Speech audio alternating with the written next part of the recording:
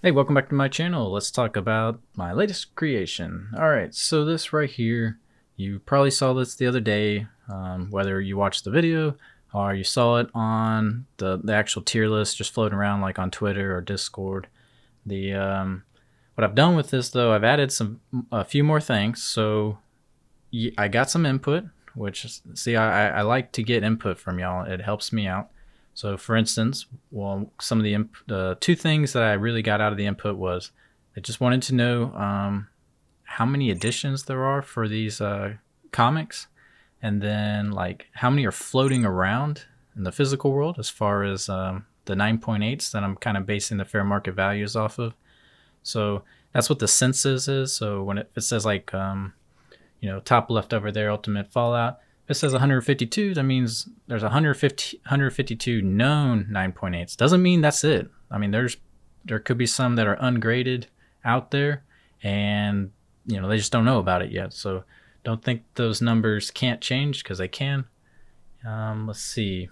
What else did I add? I added, oh yeah, what the artist actually did. So the artist accomplishments. So the main ones are how many covers have they done.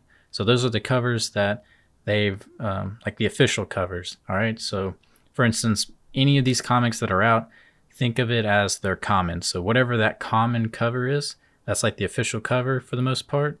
Was that artist involved with one of those, right? So that's what the cover means. The subjects, I've gone over this in other videos, pretty much just any creation as far as the easiest one would be just a character. So if they created a new character, or it's the same character that you know by name, like for instance, I'd referenced like Peter Parker.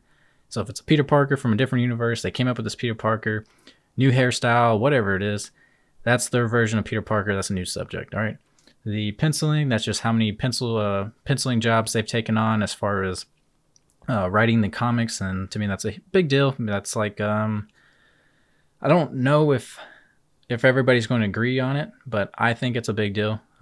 Pretty much it's the person that takes the comic and, say somebody wrote a story, and that penciler is able to pretty much take that story and illustrate it, to the best of their ability, and actually, make it pretty close to the story. So if it's a really good story, you don't want some terrible penciler, just butchering it. So I think penciling is kind of important. The next one would be the variants. So variants is just what it is. So say the official comic issue #1 came out. Here's the official cover. And then you can have yourself like 10 variants out there, all by different artists. So were they involved with any of the other variants out there? And that's what that is. So if you want, you can add them all together like that. So like Marco, you can say, okay, so he's done close to 1,000 covers out there. You can, that's fine. Just know though that the cover means the official ones. As far as anything else, nothing really. I haven't ordered it. The only I haven't waited and then ordered it. So the only order system it has is just like money. So if it's worth the most, I went ahead and put it as #1. All right. But do not mistake this for real prices in the digital world. You have to understand there's going to be a difference no matter what. I'll give an easy example. All these prices that we see in the physical world, all these comics, think about what they're being compared with. There's so many physical comics out there. We're talking about comics that have been out for like 100 years, right? So you have 100 years worth of comics floating around. So you got to value these comics mixed in with all those other comics. Here on VeVe, the digital world, you only have so many, right? They haven't released that many comics.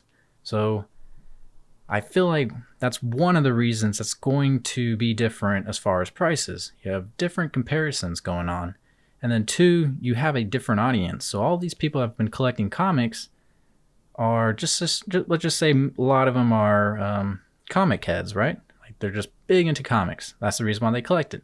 On VeVe, the way VeVe works is that you're probably having a whole bunch of new people collecting comics. Never collected a comic before. Maybe they've watched like the Marvel movies and they were okay with that, but never collected a comic before.